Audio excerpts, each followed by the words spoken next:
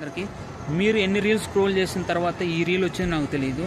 ఇది మాత్రం ఎన్ని వరకు చూడండి, చూడకపోతే మీరు చాలా మిస్ అయిన ఫీలింగ్ అయితే కలుగుతుంది. ఈ ప్రపంచంలో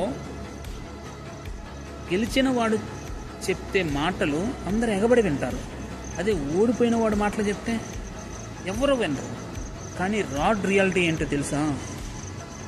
మన లైఫ్లో మనం సక్సెస్ అవ్వాలనుకుంటే మనము గెలిచిన వాడి స్టోరీ కన్నా ఓడిపోయిన వాడి మాటలే ఎక్కువ వినాలి.